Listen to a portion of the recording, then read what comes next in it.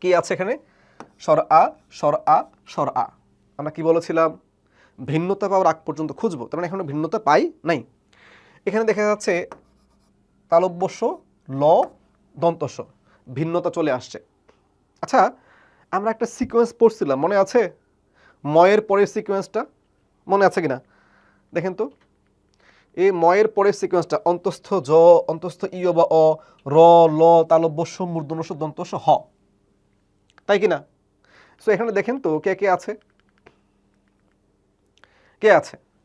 আগে তালব্যস্য আছে, ল আছে, দন্তস্য আছে। কি হলো? ঠিক আছে, আগে ল আসা কথা না?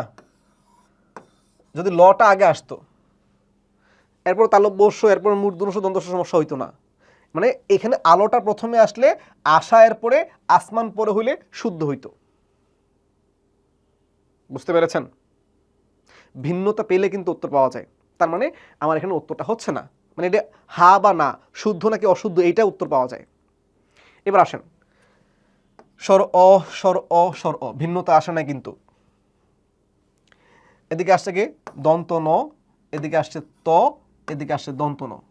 আচ্ছা, দুই পাশে একই ধ্বনি, মাঝখানে হইতে পারে? হয়তো তটা নয়ের পরে বা আগে, যে কোনো একটা তো হবে।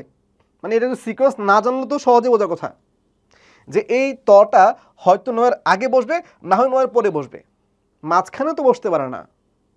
অর্থাৎ তথ দধ দন্ত ন, এই অনেক শব্দটা শেষে হলে চিন্তা করতে পারতাম যে ওই দুইটার মধ্যে ভিন্নতা আছে কিনা, মানে ওই দুইটার মধ্যে সিকোয়েন্স ঠিক আছে কিনা। তার মানে এটাও কিন্তু উত্তর না। আবার দেখেন, ইলিশ, ইতিহাস, ইমারত, তিনটার মধ্যে প্রথমে কিন্তু কোনো ভিন্নতা নাই। তো ভিন্নতা না থাকার কারণে দেখেন তো এরপরে কি ল আসছে, এখানে ত আসছে, এখানে ম আসছে। বুঝতেই পারছেন এই লটা কোনোভাবে ময়ের আগে আসতে পারে না, তো এর আগে তো আর আগে না। তার মানে এটাও কিন্তু উত্তর না। উত্তর কি তাহলে? বুঝতে পারছেন, এটা না বুঝলেও উত্তর, না আপনি না বুঝলেও উত্তর, কিন্তু আসলে বুঝতে তো হবে। আমার তো ক্লাসটাই হচ্ছে বোঝার জন্য। তাহলে রস্য উ, রস্য উ, রস্য উ, সিকোয়েন্স ঠিক আছে। ওকে, এরপরে কি আছে ভাইয়া? চ, মানে ভিন্নতা আসে না কিন্তু, এবার ভিন্নতা আসছে, চ আসছে, ট আসছে, ঠ আসছে। আচ্ছা, চ, ছ, জ, ঝ, ইয়, এরপরে তো ট, ঠ, তাহলে চ এর পরে ট, এরপর ঠ আসবে, তাহলে এটাই তো শুদ্ধ। আমি কিন্তু দেখেন পুরো শব্দ কিন্তু দেখছি না, প্রথম এখানে দুই বর্ণ দেখে কিন্তু উত্তর হয়ে যাচ্ছে। সো এইভাবে আমরা দেখব, সামনে আরও অনেকগুলো প্রশ্ন আছে যে কত সহজে উত্তর দেওয়া যায়। সো একটু জানাবেন ক্লাসগুলো শেষে, এই পুরো ক্লাস দেখা শেষে আসলেই আবিধানিক ক্রমে কঠিন নাকি সহজ, এবং এই ক্লাসটা আপনার জন্য কতটুকু হেল্পফুল হয়েছে, এবং পরবর্তী আপনারা কি ক্লাসের ভিডিও পেতে চান। আমাদের প্যানাসিয়া পাবলিকেশনসের পক্ষ থেকে আমরা আপনাদের সাথে পুরোটা এডমিশন জানিয়ে থাকতে চাই, আপনাদের স্বপ্নের দ্বার প্রান্তে পৌঁছে দিতে চাই। কিন্তু এর জন্য অবশ্যই আপনাদের আগ্রহের জানান দিতে হবে যে আমরা এই ক্লাসগুলো করে উপকৃত হচ্ছি, আমরা আরও বেশি বেশি এই ধরনের ক্লাসগুলো চাই। চলেন পরের প্রশ্ন চলে যাই। তৃতীয় কোশ্চেন, ঢাকা বিশ্ববিদ্যালয়ে 20-21, দেখেন 22-23, মানে 20-21, এরপর 21-22 বাদ দিয়ে 20-21, 22-23, 23-24, মানে এই বছর থেকে মানে টানা 4 বছরের মধ্যে 3 বছরই 1 বছর গ্যাপ দিয়ে শুধু আবিধানিক ক্রম থেকে প্রশ্ন এসেছে। তার মানে এইটা ঢাকা বিশ্ববিদ্যালয়ে ভর্তি পরীক্ষার জন্য খুব কম গুরুত্বপূর্ণ, তাই না? না পড়লেও চলবে এমন কিছু নাকি ফরজ? পড়তেই হবে, এইটা বাদ দেওয়ার কোনো সুযোগ নাই। চলেন শিখি। কি আসছে? দন্তন, দন্তস্ব, ব। বুঝতেই পারছি এই দন্তনটা দন্তস্বর আগে আসতে পারে না, ব দন্তস্বর পরে যেতে পারে না, বাদ, উত্তর না। আমি কিন্তু দেখেন পুরোটা শব্দ দেখি না, শুধু ভিন্নতা পর্যন্ত দেখি। আবার দেখেন, এদিকে ফ আসছে, ফ আসছে, প আসছে। আচ্ছা, প কি ফ এর পরে বসতে পারে? উত্তর না। আবার দেখেন, স্বর আ, ম, ব। আচ্ছা, প, ফ, ব, ভ, ম, তাহলে এই বটা আসতো কোথায়? মাটির পরে আগে আসতো, তাই না?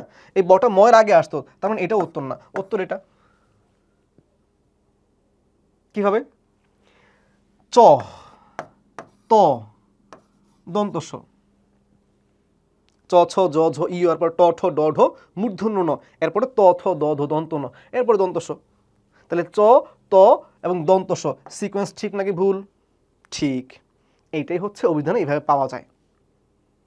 আবার চলেন 4 নম্বর কোয়েশ্চেন, চট্টগ্রাম বিশ্ববিদ্যালয়ে 20-21 সেশনে কোয়েশ্চেন কি বলছে? অভিধানে কোন শব্দটি পরে থাকবে? আগে নাকি পরে বলছে? পরে।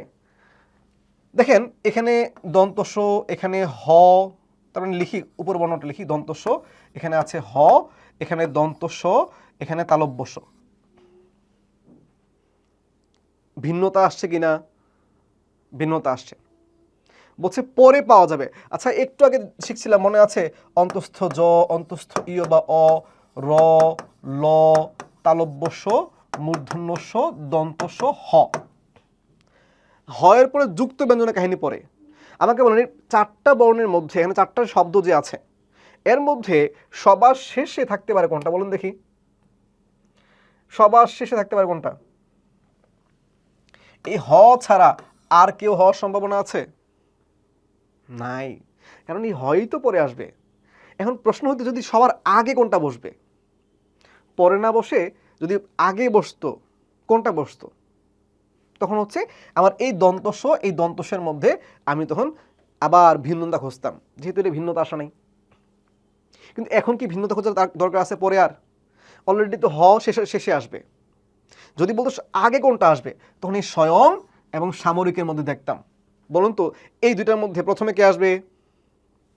স স, ভিন্নতা আসা নাই, কিন্তু এখানে আছে আ, এখানে আছে ব। আচ্ছা আ আগে আসবে না ব আগে আসবে? আ আগে আসবে। তাহলে এটা হইতো সবার প্রথমে 1 নম্বরে এটা বসতো, এরপর এটা বসতো 2য় নম্বরে, এটা বসতো 3য় নম্বরে, এটা বসতো 4র্থ নম্বরে। বুঝতে পারছেন নম্বরগুলো কেন দিলাম? প্রথমে দিলে হয়তো গুলাই ফেলতেন, এখন তো বুঝছেন যে কোনটা পরে বসছে, কেন বসছে। সো ভিন্নতা পেলে কিন্তু উত্তর হয়ে যায়। আবার দেখেন 5ম কোশ্চেনে যাই আমরা। অভিধান অনুযায়ী যুক্তাক্ষরের বর্ণ অনুক্রমে